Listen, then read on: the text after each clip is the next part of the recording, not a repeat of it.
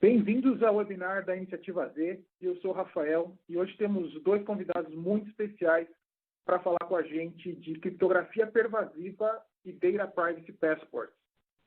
Antes da gente começar, vocês escrevam aqui, dê uma olhada aí no chat, porque eu estou vendo que não está aparecendo a apresentação. Então, deixa eu verificar aqui. Vocês estão vendo a apresentação? Ok, acho que agora estamos certos. Qualquer coisa, vocês escrevam aqui no chat e a gente pausa e volta para tocar nos assuntos se tiver um problema com a ferramenta, tá?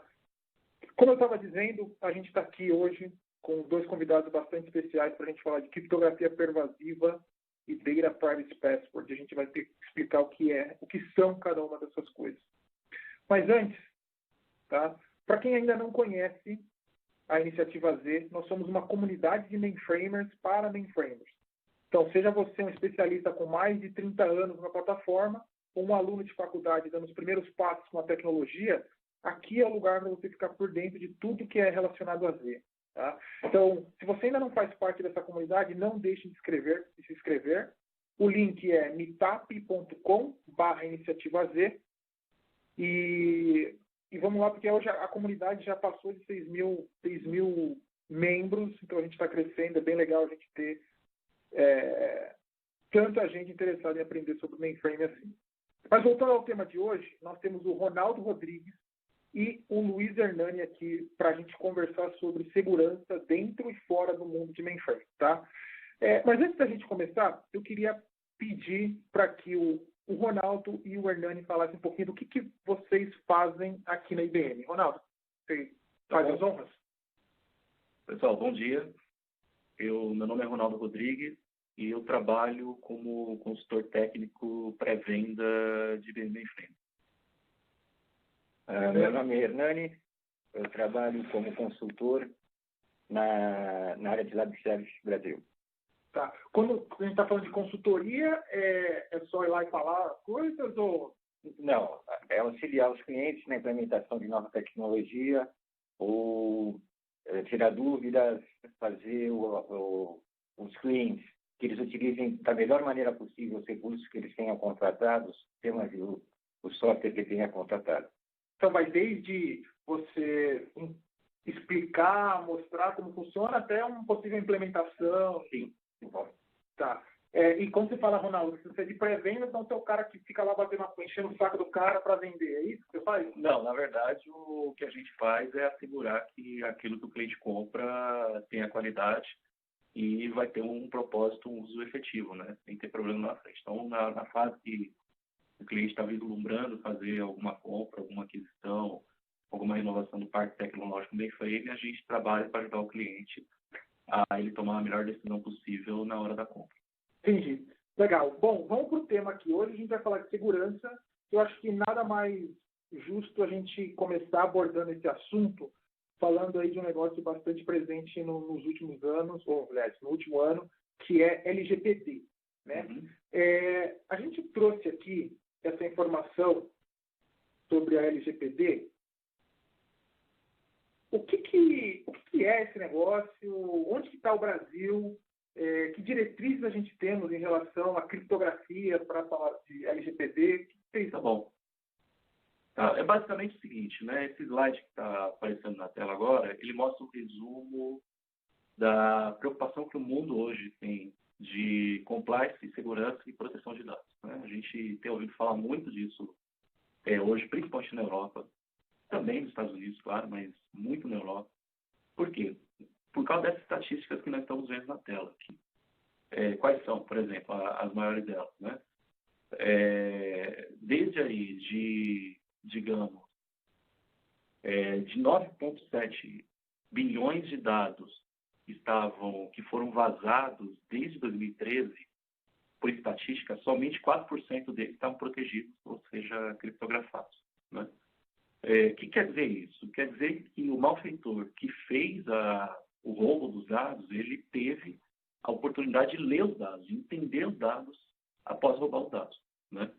A gente sabe que com a criptografia isso não seria possível se ele não tivesse também conseguido roubar a chave. Por isso que a criptografia é importante, porque ela consegue proteger os dados caso eles sejam vazados.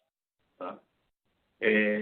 Outra estatística muito importante também é que isso custa muito para a empresa. Né? Conforme vocês estão vendo aí no canto inferior esquerdo do slide, o custo médio de lote de dados vazados, né, em 2017, para a empresa, ficou entre 3,6 milhões de dólares. Né? Por quê? Porque isso envolve uma série de variáveis. Né? Por exemplo, prejuízo à marca, prejuízo à reputação da empresa, multas, processos judiciais. Então, quando a gente faz uma média de lote de dados vazados, ou dados vazados, a gente tem aí mais ou menos 3,6 milhões de dólares por dados vazados.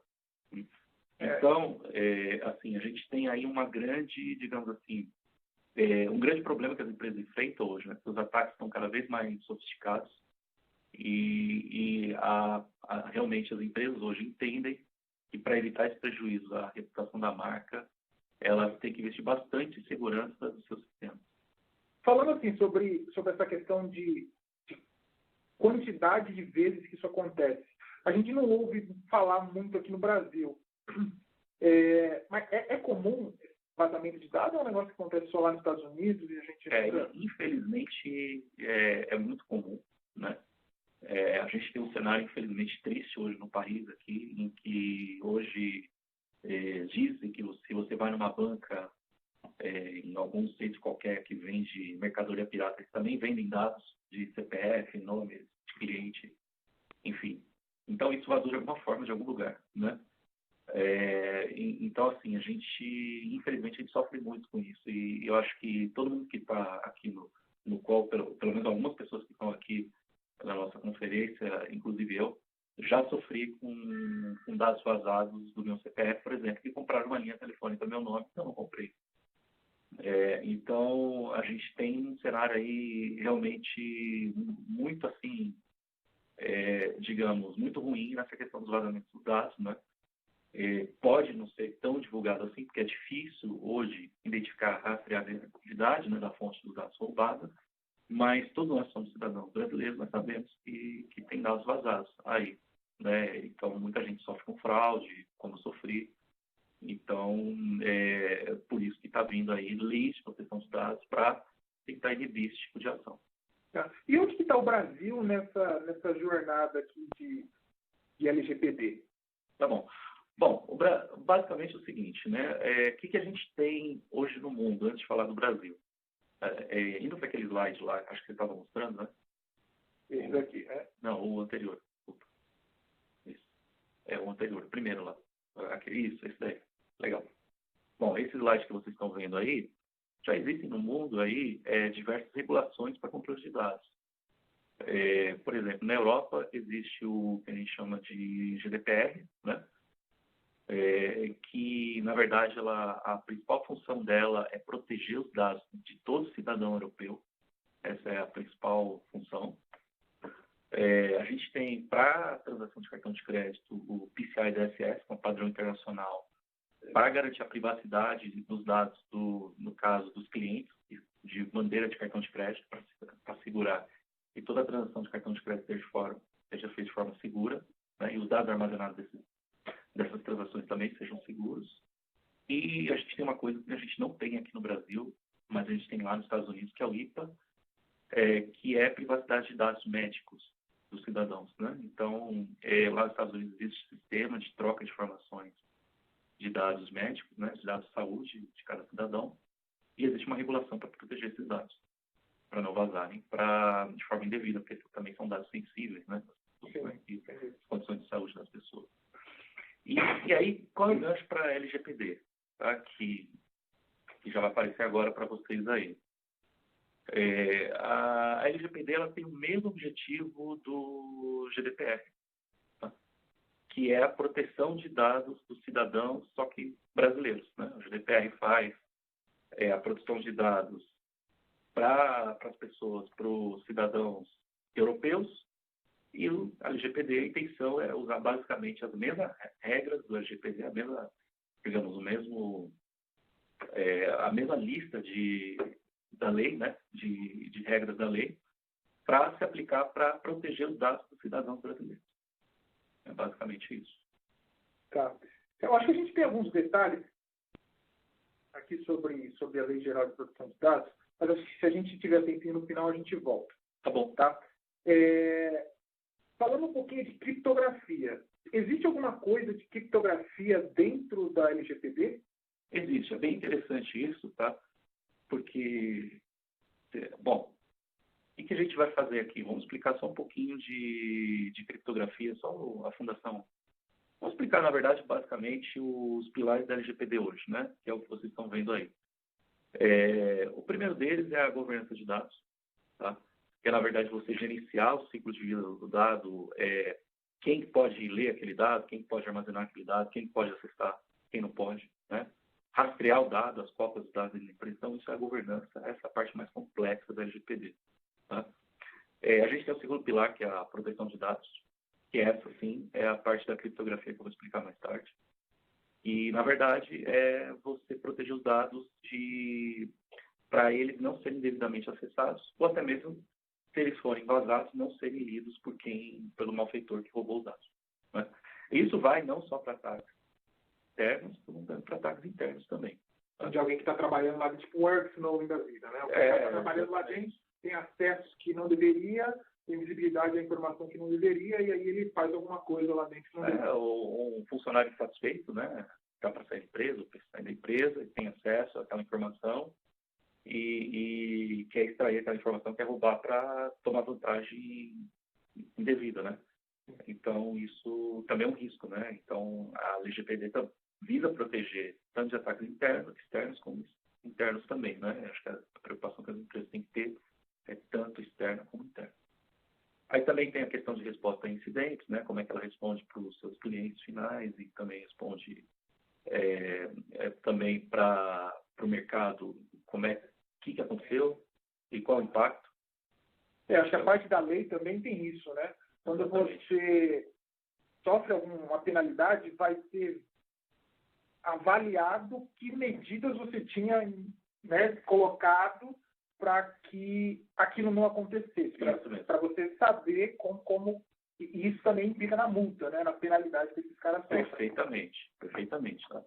É análise do impacto e risco, né? Então, ter uma consciência geral do como é que a empresa distribui dados hoje, como é que ela gerencia dados hoje, o que ela precisa fazer para diminuir os riscos de incidentes, né? Tem também outros pilares também como tratamento de dados, identificação e exclusão, ou seja, o cidadão final o cidadão que é dono do dado, hoje em dia, ele não tem a certeza, por exemplo, ele pede para tirar o cadastro de um site ou de uma empresa, a empresa apagou aquele dado definitivamente todas as réplicas, suas cópias. E isso, hoje na LGPD, é lei isso, a lei vai fazer digamos assim, vai forçar a empresa a cumprir a determinação do cidadão. Ou seja, eu tenho nome, CPF, RG registrado num banco ou qualquer outra empresa, e se eu pedir para fizer uma solicitação para pagar os dados, ou todas as cópias daqueles dados, essa determinação precisa ser cumprida e auditada. Tá, então significa que quando eu falar para a TIM, eu não quero mais receber sua ligação, os caras não podem me ligar mais. Não pode ligar mais, enfim, eles não podem nem ter seus dados, se você quiser, tá? Você vai ter esse direito como cidadão, né?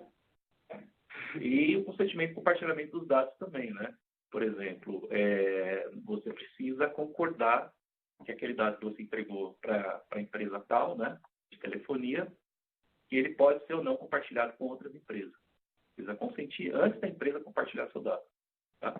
Então, assim, a gente quis mostrar, fazer um review rapidinho da LGPD, porque a gente vai o que a gente foca mais na tecnologia Z aqui hoje? A gente foca mais no pilar 2, tá? E a proteção de dados. Então, é isso que a gente vai dar mais foco. Aí você, Rafael, tinha me perguntado sobre... criptografia, né? O que a gente tem de criptografia dentro da própria LGPD, né? Onde que entra essa tecnologia? Exatamente. Como é que entra, né? Na verdade, é o seguinte, se você pegar lá o link da lei, ela não diz em si, ela não coloca a palavra-chave criptografia. Tá? O que ela coloca lá? ela coloca que isso que está sublinhado aí, ela coloca que será avaliada a eventual comprovação de que foram adotadas medidas técnicas adequadas que tornam os dados pessoais afetados incompreensíveis. Ou seja, como é que a gente pode traduzir essa parte da lei? Tá? A gente pode traduzir, sim, em criptografia. Por quê? Porque você, se o dado, por acaso, for vazado ou extraído indevidamente, seja por um ataque interno ou externo, ele não vai poder ser lido pelo malfeitor. Tá? É isso que precisa ser garantido. E é justamente o que a tecnologia que faz isso hoje é a criptografia. Né? E, basicamente, assim, para todo mundo que está no call, que está no Webex, o que seria a criptografia, basicamente, revisando, né? Seria, tornar dados compreensíveis significa que eu tenho lá um dado em claro, né? E aí eu combino ele através de um algoritmo matemático com uma chave de criptografia. E essa chave de criptografia vai ficar em poder da empresa, né? Através de um hardware seguro, que a gente tem esse hardware seguro no própria tecnologia do mainframe, chamada CryptoExpress. Então, ela vai ficar responsável por proteger essa chave de criptografia e garantir que ninguém extraia ela para nenhum lugar. Porque quando a gente combina essa chave de criptografia, que só eu, só a empresa, tem acesso, e você combina ela no algoritmo junto com o dado, né, com o seu nome, CPF, RG, você tem esse dado que a gente chama de criptografado. Né? Ou seja, só vai poder ser lido, ou decifrado, né, que a gente chama, por quem for dono da chave de criptografia. Quem tiver o controle daquela chave, né? Ou seja, se aquele bloco que está criptografado for roubado e a chave, claro, não vai ser extraída porque a chave vai estar protegida, não tem como eu fazer a leitura daquele dado em nenhum lugar. Tem a chave. Tá. Eu acho que quando a gente fala de criptografia, acho que a gente colocou aqui criptografia como algo, né, a gente explicou de maneira bastante simplificada, né? A gente já entrou muito no technique nesse momento, mas eu acho interessante a gente abordar um pouquinho das políticas que estão adotadas hoje no mercado. Então, a gente ouve falar de criptografia seletiva, a gente tem aí com a vinda da Z14, criptografia pervasiva, e aí tem uma outra questão também que envolve essas duas modalidades, que seria a questão de custo. Né? Então, todo mundo fala que criptografar dado é uma tarefa custosa, seja do ponto de vista de os desenvolvedores que eu tenho que pagar para criar aquela lógica, seja do ponto de vista de custo computacional, seja do ponto de vista de quanto que eu vou ter de recurso para manter aquilo funcionando. Vocês conseguem comentar para mim, então, o que vocês acham? A primeira questão, criptografia seletiva versus criptografia pervasiva, e essa questão de custo nessas duas modalidades. Bom, sobre criptografia seletiva, o problema com você escolher os dados que vão ser criptografados é que não é a melhor solução. Não é uma best practice de mercado você escolher o que vai ser criptografado. A melhor prática que a gente tem hoje é criptografar todos os dados. Quanto ao custo, quando você usava processadores gerais para fazer esse trabalho, realmente você pegava e aumentava o custo do processamento de dados. Com o advento aí da Z14 e o aumento da capacidade dos coprocessadores criptográficos, que foi atingido até em 7 vezes o valor das máquinas anteriores, esse custo ficou mínimo agora. Então, você pode criptografar os dados sem ter que gastar recursos computacionais, sem ter que adquirir mais hardware para fazer esse tipo de trabalho. Tá. Então, quando a gente está falando de criptografia seletiva, e aí acho que é uma das perguntas que a gente tem aqui, né? Se essas políticas, elas podem ou são adotadas simultaneamente. Eu acredito que não, né? Porque a partir do momento que você opta por uma criptografia pervasiva em todos os seus dados, você automaticamente já faz a outra coisa, que é aquela questão de vou criptografar aquele pedaço só, né? Então, ou você usa um ou você usa o outro, né? Eu acho que eu queria explorar um pouquinho mais essa questão do custo. O que torna custoso eu criptografar dados? Tá, são duas coisas aí, tá? Basicamente. A primeira, que é custosa, criptografar dados, a parte custosa é a parte realmente computacional. Porque o algoritmo de criptografia, ele tem um esforço computacional grande, principalmente aquele que chama de RSA. Ele já em partes chaves, privada e pública. Tá? Então, esses algoritmos eles têm um custo adicional, porque é um algoritmo que vai processar no processador, vai mastigar dados, vai pegar todo o dado em claro e transpor ele associado a uma chave com um dado criptografado.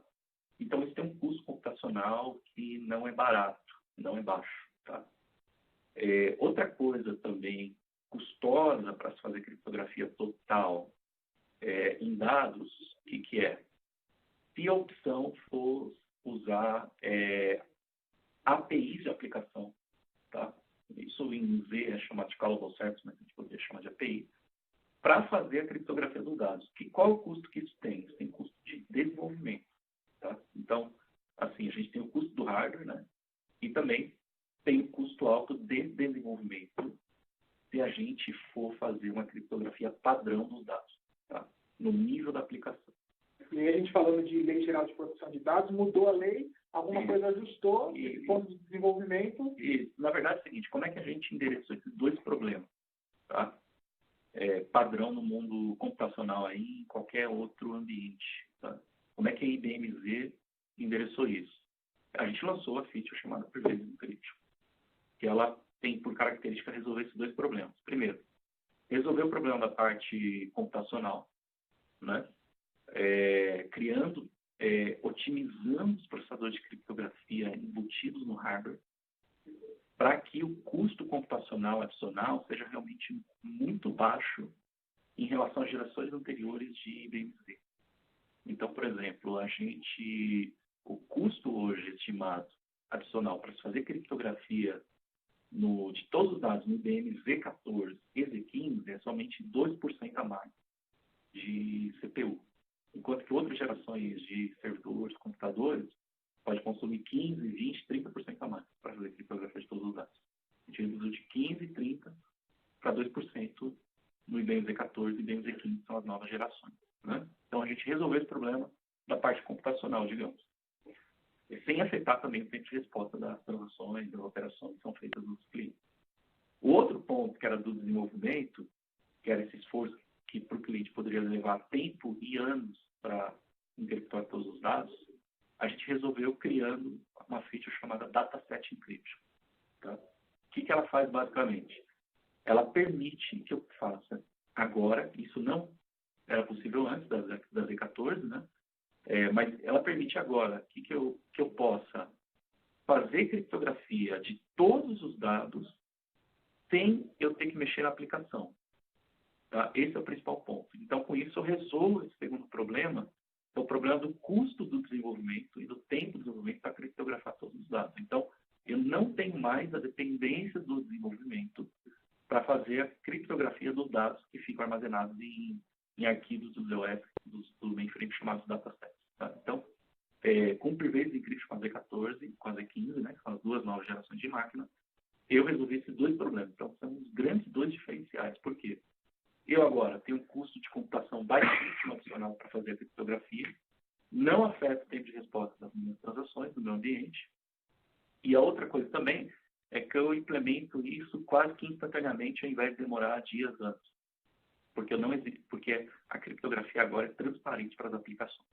Certo, ela é a nível do hardware. Né? Ela é a nível do sistema operacional, dos arquivos do sistema operacional. Tá. Transparente para as aplicações. Tá. Vamos falar, então, assim, a gente falou de gerações anteriores e tal, e na Z13 para trás, a gente já tinha criptografia. Perfeito. Qual que é a diferença, então? A diferença é que o hardware de criptografia da Z13 em diante, ele já era um hardware de criptografia bom, mas não bom o suficiente para criptografar e decifrar dados em voo todos os dados da máquina. Tá? Então, eu tinha uma latência maior para fazer a criptografia de dados, né? Ou seja, afetava meu tempo de resposta. E também o consumo adicional do CPU para se fazer essa criptografia era 7 vezes maior na Z13 do que é agora no Z14. A gente tinha nas versões anteriores uma placa que fazia isso também, não é? Sim, nós continuamos tendo. Nós temos, na verdade, 2 tipos de processadores de criptografia embutidos no hardware. A gente tem um tipo que vai embutido em cada processador da máquina. Tá? E nós temos um outro tipo que ele vai no slot PCI, cuja principal função é fazer armazenamentos seguros de chaves de criptografia. Então, a gente tem um coprocessador chamado CPAC-F, que é o acelerador de criptografia, e a gente tem o CryptoExpress, que ele é o processador responsável por armazenar de forma segura as chaves para que elas não possam ser violadas e extraídas para outro lugar. Tá, então a gente tem aqui, falando desse acelerador, é uma tecnologia que estava exclusivamente numa placa, ela veio para dentro do processador. Ela já tinha dentro do processador, mas ela não era tão eficiente quanto a Z14. Então a gente utilizou 7 vezes o processador na Z14 com relação à geração anterior.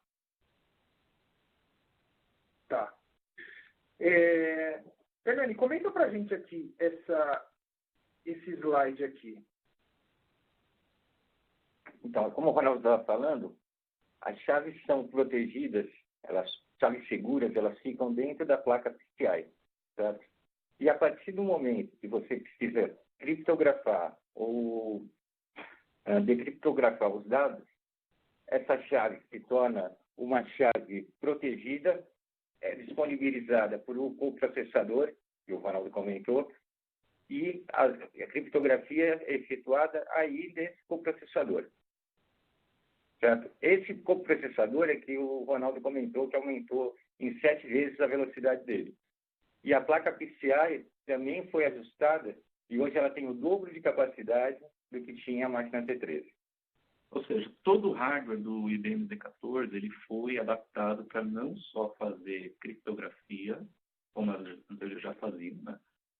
E ele foi utilizado também para fazer a criptografia em voo, ou seja, eu faço criptografia dos dados e a partir do momento que a aplicação precisa fazer um acesso, ela também trabalha criptografando e descriptografando os dados em voo, conforme a necessidade dos ambientes nos clientes. Você fala em voo é quando está em movimento, né? Mandei alguma coisa e ele está... Quando você faz uma consulta, você faz um processamento, enfim, seria isso.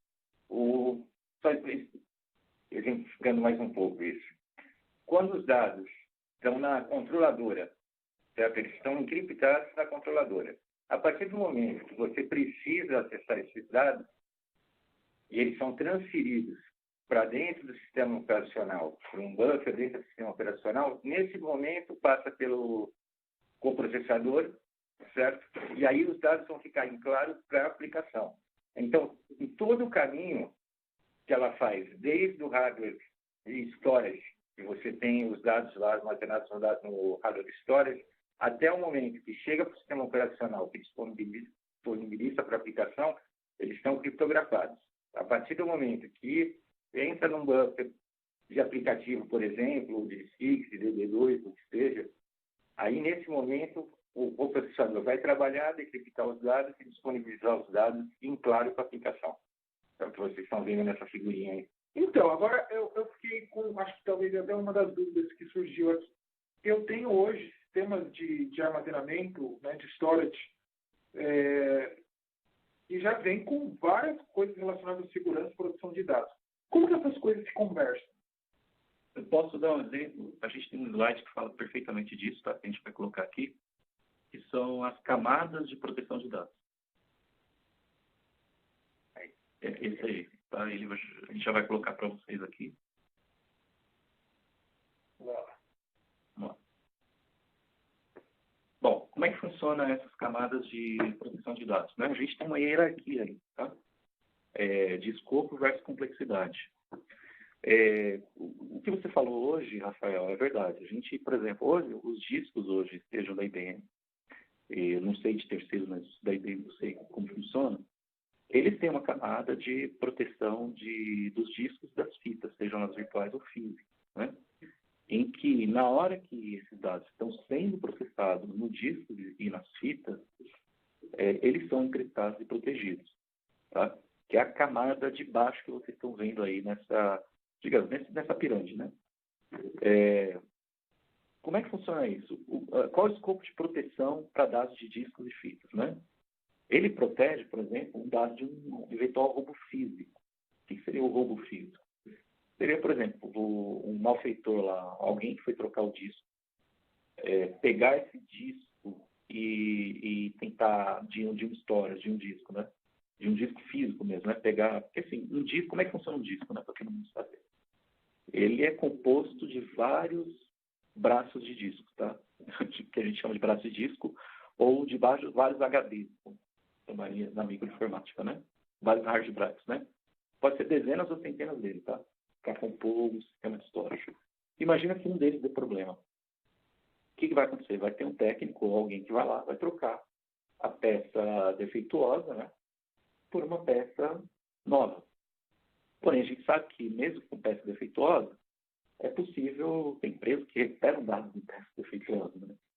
Então, a gente sabe que algum malfeitor pode usar isso para roubar informações.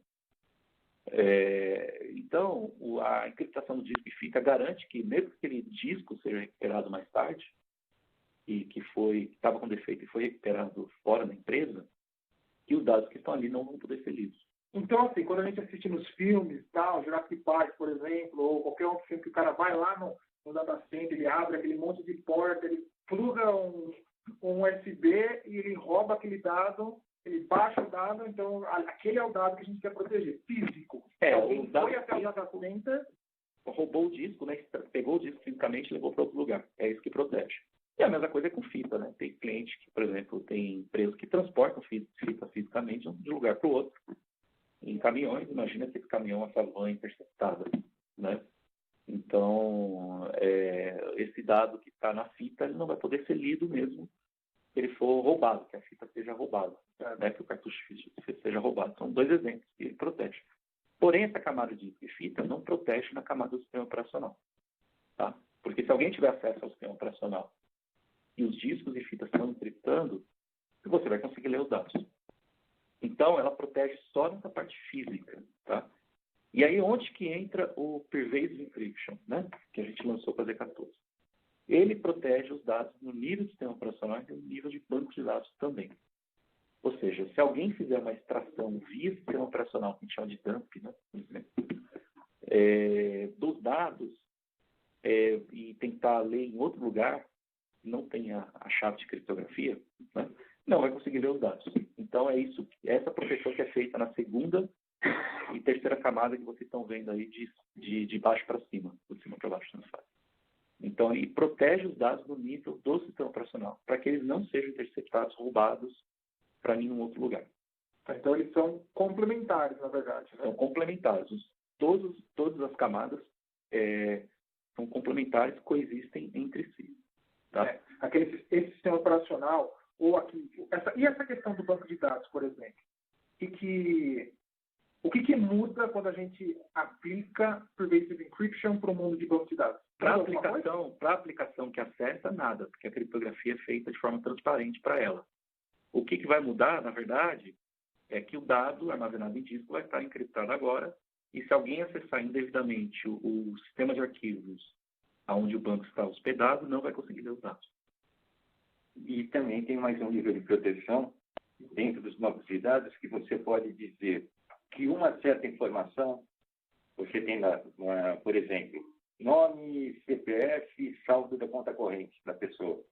Você pode pegar e proteger numa tabela de banco de dados a informação de saldo, a informação de CPF somente. Então, você restringe o acesso a alguns campos de informação a certas pessoas que podem aceder a esse tipo de informação ou não. Tá. Bom, vamos resumir aqui. A gente falou bastante coisa, a gente jogou bastante conceito.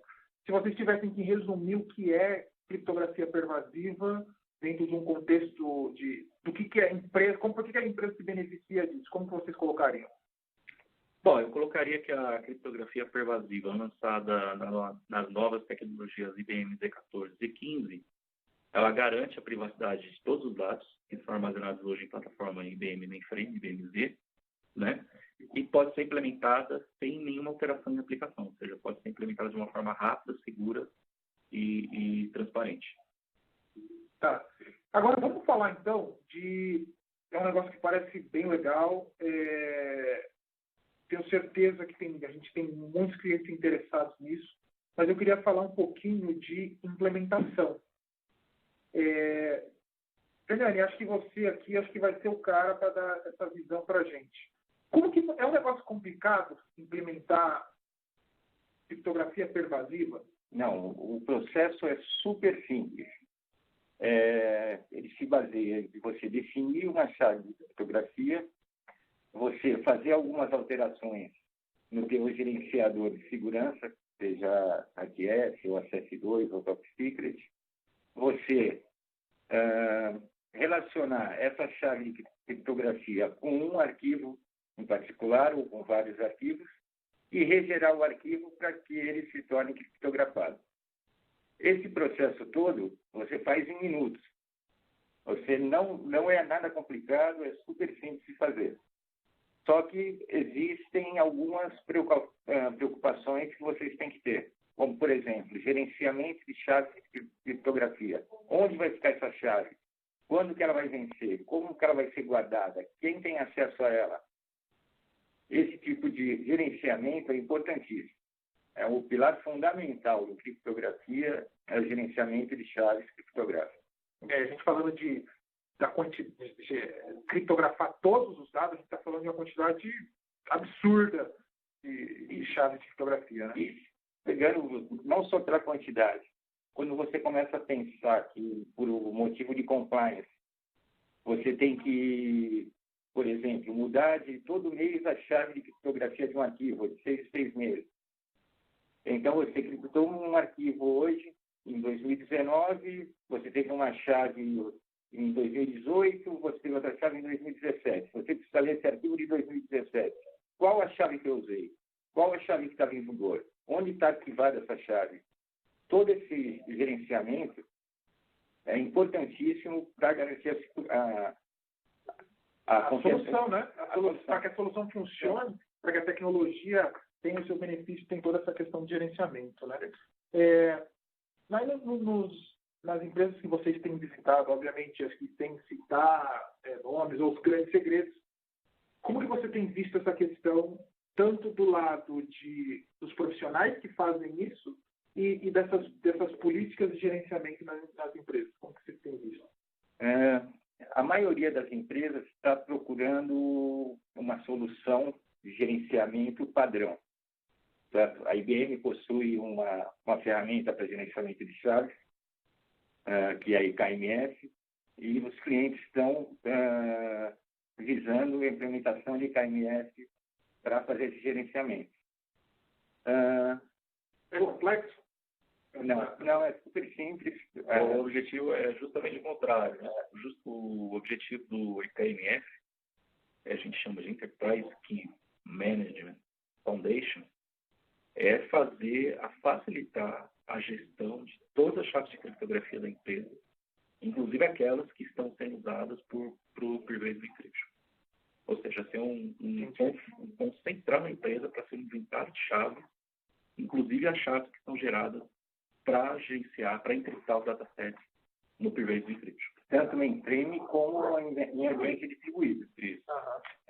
Acho que o MKMS, então, parece um assunto legal aí para a gente falar no futuro próximo, hein? Sim. MKMS. Podemos falar. E...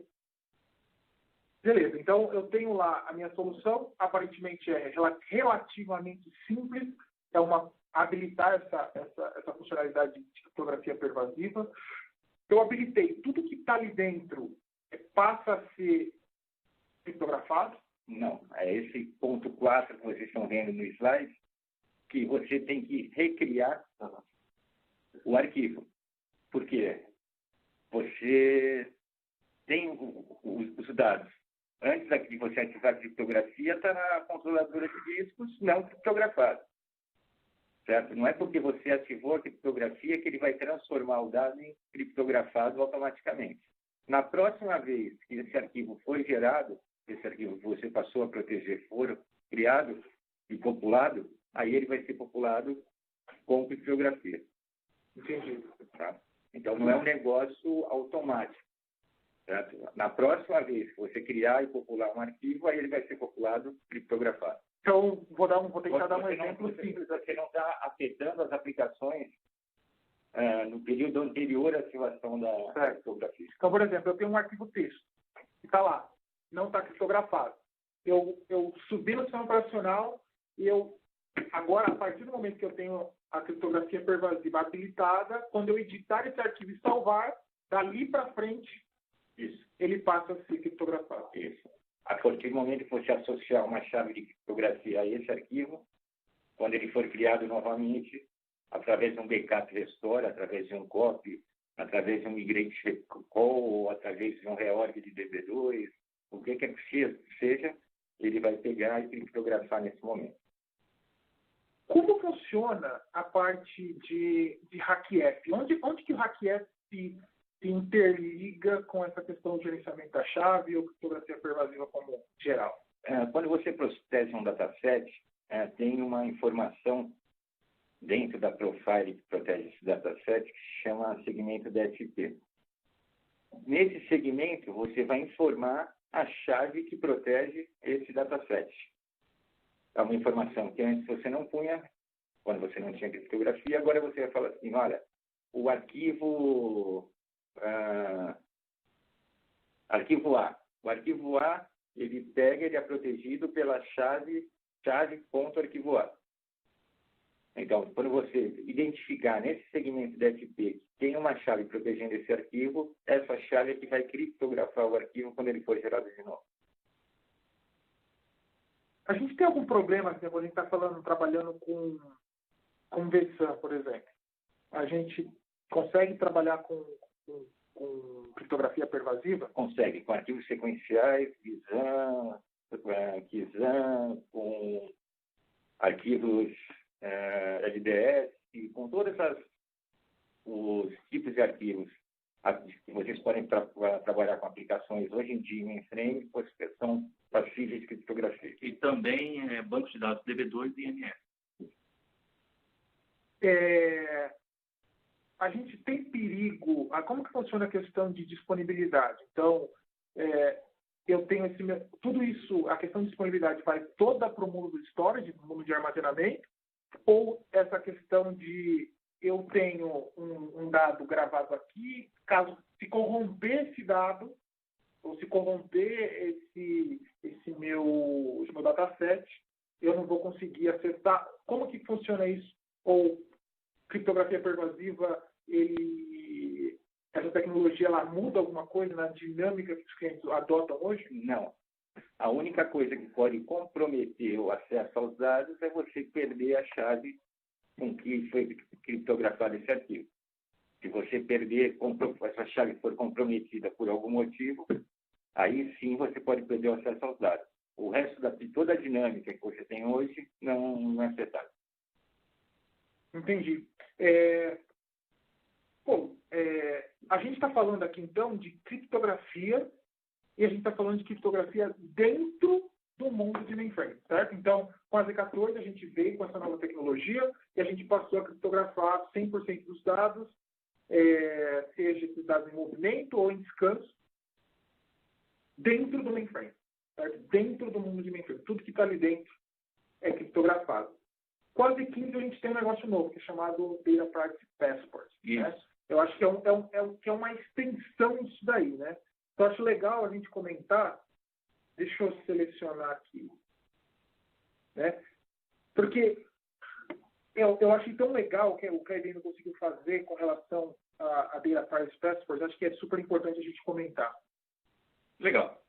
Bom, a IBM sempre teve uma preocupação do lado do IBM Z, né? Que sempre foi a plataforma principal nos clientes, onde estão os sistemas mais críticos, né? Os dados mais críticos, os sistemas que a gente chama de back-end.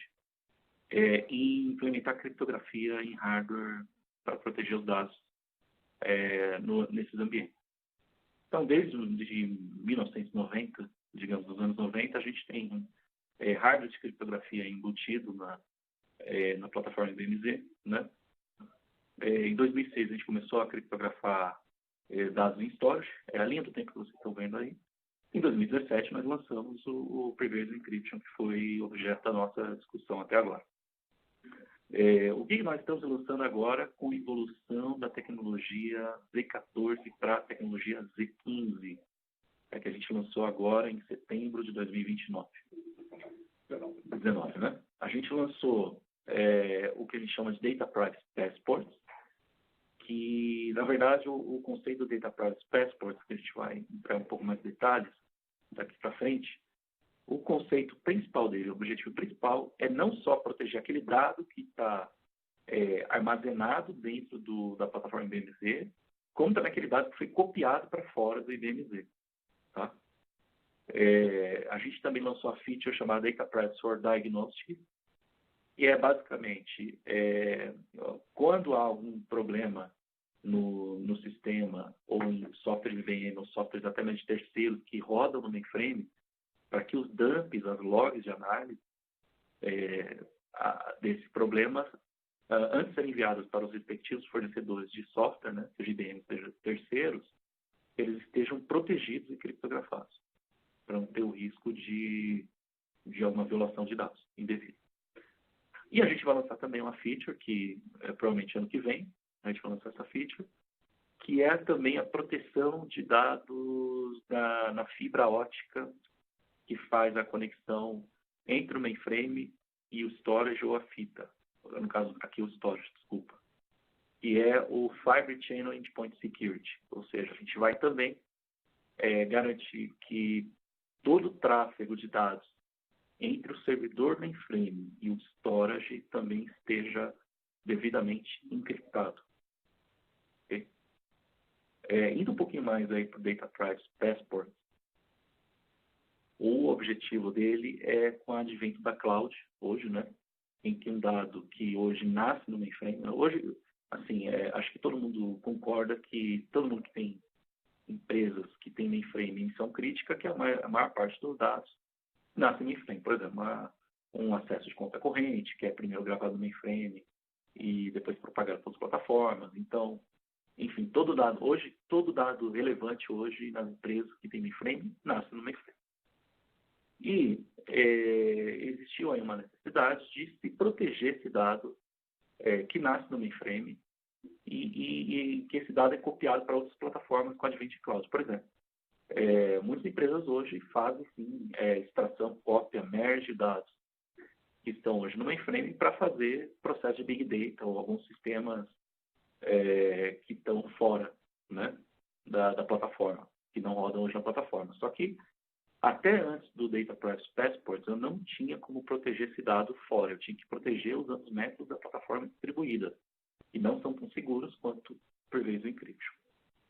Então, hoje, o que eu tenho hoje? Eu consigo garantir aquela mesma proteção que eu tenho de dados do Privileged Encryption, que eu protejo o dado que está armazenado no mainframe, eu protejo ele também quando ele está fora. Tá? Então, é isso que vocês estão vendo nesse slide aí. Eu consigo fazer dois tipos bem interessantes de proteção de dados. Um tipo de dado, eu consigo mascarar esse dado na hora que eu copio para fora, ou seja, ele fica com campos inelegíveis, caso seja a minha política, né? Por exemplo, eu quero copiar o dado do Rafael Ireno lá para operadores de telefonia, porém eu só quero que copie nome e CPF, não quero que o dado, por exemplo, de endereço ou qualquer outro dado seja extraído para esse operador. Então, ela vai mascarar esses outros dados que não podem ser extraídos. Tá? Isso é a questão de privacidade. Privacidade. Diferente de segurança, é a questão de privacidade. Vai garantir a privacidade. Excelente ponto. E eu tenho outro, que é o Trusted Data Object, tá? É uma outra categoria, que vocês estão vendo também aí no slide, em que ele consegue encriptar o dado que é extraído da plataforma IBMZ e esse dado é copiado para fora encriptado. Tá? Ou seja, eu só vou conseguir ler esse dado na hora que a aplicação for fazer um acesso a esse dado e consultar a plataforma IBVZ para fazer acesso ao dado. Tá? Então, é esse slide que a gente vai colocar agora para vocês. Tá? Então, como é que funciona basicamente o Data Privacy Passport? Eu tenho dados aí que, por exemplo, estão no ZOS, eu poderia estar no Linux Z, e eu criei um novo produto, digamos assim, uma nova engine, um novo mecanismo chamado Passport Controller, que é o que vocês estão vendo no meio. Tá? O que o Passport Controller vai garantir? Que todos os dados que sejam copiados do mainframe para fora do mainframe sejam copiados conforme a política está descrita dentro do Passport Controller. Tá? Ou seja, eu posso, por exemplo, definir diferentes papéis na empresa e cada papel tem um perfil de extração de dados distinto. Tá, acho que essa Data Privacy Passport é uma das coisas, acho que é uma das tecnologias da Z15 que talvez mais receberam, assim, Sim, né, com certeza. porque é importante e ela faz um negócio que nenhuma outra plataforma faz. Mas vamos voltar um pouquinho. Acho que a primeira questão é a gente tem criptografia pervasiva dentro do mundo de mainframe e a gente estendeu essa funcionalidade ou essa capacidade de segurança e privacidade para o resto do ambiente dos clientes. Então, normalmente, a gente está falando aqui de clientes que tem um mainframe, mas tem plataformas distribuídas, tem um monte de coisa lá, usa cloud pública. Então, todas essas coisas estão tudo mescladas, né? Então, é um mundo multi-cloud, né? E aí a gente estende essa qualidade ou essa funcionalidade de segurança que nasceu dentro da Z14 para fora. Seria isso, né? Beleza. Um outro ponto que a gente começou falando lá na LGPD, a gente comentou sobre a questão de se ou caso aconteça algum tipo de falha ou vazamento de dados, eu preciso mostrar o que eu tinha em prática. Né? E eu acho que esse recurso aqui também é um recurso que ajuda com essa questão também da LGPD. O que ajuda na questão da LGPD são os logs de auditoria, né? Seja na plataforma BMZ, no ZOS, ou seja aqui mesmo no Data Privacy Passport. Então, quando você tiver um incidente, tiver que responder o incidente, a parte mais importante que você vai ter que comprovar é através de logs de auditoria, tá? Que é suportado aqui também. Tá. Uma das coisas que mais me chamou a atenção com relação a essa funcionalidade é a possibilidade de você revogar algumas políticas. Então, eu mandei o meu dado ou compartilhei meu dado com alguma solução que está numa nuvem. E aí, de repente, eu falo assim, olha, esse fornecedor não deve ter mais acesso. Eu vou revogar esse acesso. Eu vou trocar a política. Ele vai ver via X, agora ele vai ver só Y. Como que funciona essa parte? Tá, isso funciona com o segundo tipo de proteção de dados que eu falei, que não é o masking, né? Que é o Trusted Data Object, que é aquele dado que ele é copiado para fora da plataforma mainframe com as bases que vocês estão vendo aqui na direita, por exemplo, tá? Eles são copiados de uma forma encriptada. Ou seja, toda vez que a aplicação local que acessa essas bases que estão fora, toda vez que ela for acessar essa base de dados, esse grupo de dados, né, ela vai precisar consultar o Passport Controller para decifrar o dado para ela. Bom? Então, o mainframe passa a ser um grande intermediador para garantir que a gente tem controle a esses acessos, é isso? Isso, exatamente. Por quê? Porque isso, né? Para acontecer justamente o que você falou. Porque imagina que hoje esse dado que foi copiado para fora, né?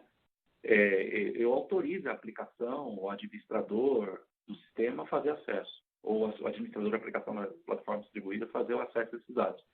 Porém, amanhã, essa pessoa muda de papel na empresa, não teria que ter mais acesso, ou essa aplicação é descontinuada, enfim, várias coisas podem acontecer, né?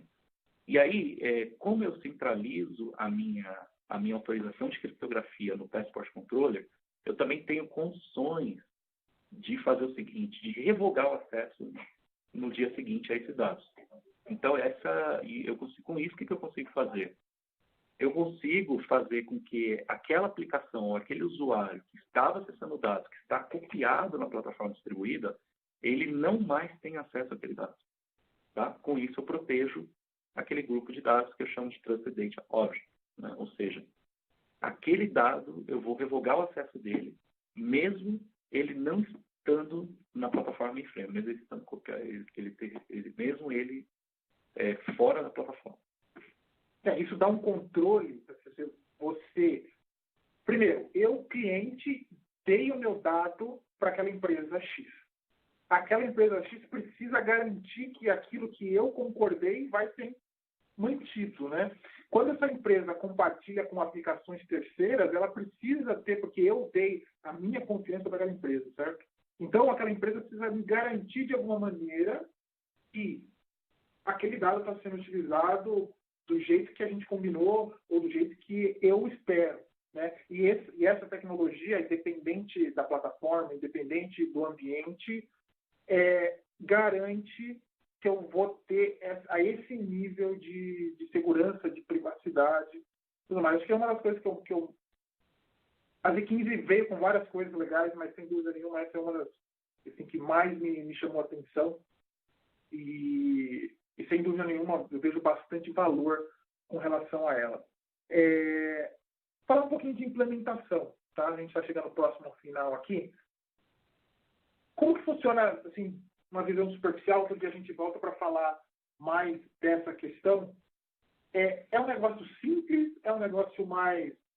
Só para a gente deixar aqui um gostinho para o pessoal. Não, depende do escopo. Basicamente, o Data Price, o Passport Controller, ele é uma partição separada e funciona, não é no OS, ele funciona com uma partição que a gente chama de Secure Service Container. Tá? É uma partição segura, sendo encriptada e que você implementa na Z15. Tá? Então, basicamente isso. A outra fase, claro, aí tem a fase de criar as políticas, né? Que é o que vocês estão vendo ali do Polis. Isso consiste basicamente em pegar lá a área de governança de dados e de segurança de informação e selecionar qual dado pode ser copiado para fora sem criptografia ou aquele dado que só pode ser copiado com criptografia e para determinados usuários que têm acesso. Então, eu diria assim que o que tem que mais ser configurado aí, no caso, são as políticas, né? Tem que ser bem elaboradas e escritas pela empresa para implementar dentro do Passport Control. Uma questão de negócio, né? É uma questão de política de segurança da empresa, né? Baseado nas regras de governança de dados. Uma última pergunta. Falando de profissionais, hoje que vocês encontram aí, que hoje, né, trabalham ou vem trabalhando já com mainframe há um tempo, que vocês veem de skill desses profissionais ou o que você acha importante para que esses profissionais aprendam para implementar, para transformar essa tecnologia que está disponível para eles hoje em algo real, palpável e tudo mais? Bom, tem vários caminhos para isso, né? Desde de cursos, treinamentos dados por empresas terceiras, por exemplo, aqui no Brasil. Existe também uma empresa internacional, se não me engano, Interskill, que já fiz vários cursos, são cursos muito bons, cursos online que você faz. E tem também a transferência de conhecimento e experiência, né? Seja ela por um profissional mais qualificado dentro da sua própria empresa, ou também, no caso, pela IBM, principalmente pela implementação de novas tecnologias. A IBM, que é a área do que eu realmente trabalho, que é lá do CERSE, pode dar consultoria e transferência de skill para novas tecnologias que a gente venha lançar, venha implementar na plataforma IBM. E claramente participar da iniciativa Z. Com certeza. Eu deixei para você essa. Exatamente. Assim, o ano que vem a gente está planejando uma série de atividades e conferências e tudo mais, tudo relacionado à plataforma. Então, o pessoal que está ouvindo aí, fiquem atentos. No começo do ano a gente vai começar a divulgar algumas coisas. A gente está bem empolgado para passar esse tipo de informação Às vezes, eu sei que tem alunos aqui, tem clientes, tem higienistas. Então, cada caso é um caso de onde você vai buscar essa informação. Mas o Iniciativa Z vai ser um centralizador para que a gente passe algumas informações. E tudo que nós da Iniciativa Z trouxermos será gratuito, né? Que ajuda bastante. Que ótimo, que ótimo. Será gratuito. Uma ótima oportunidade para aprender e melhorar os conteúdos da plataforma. Beleza.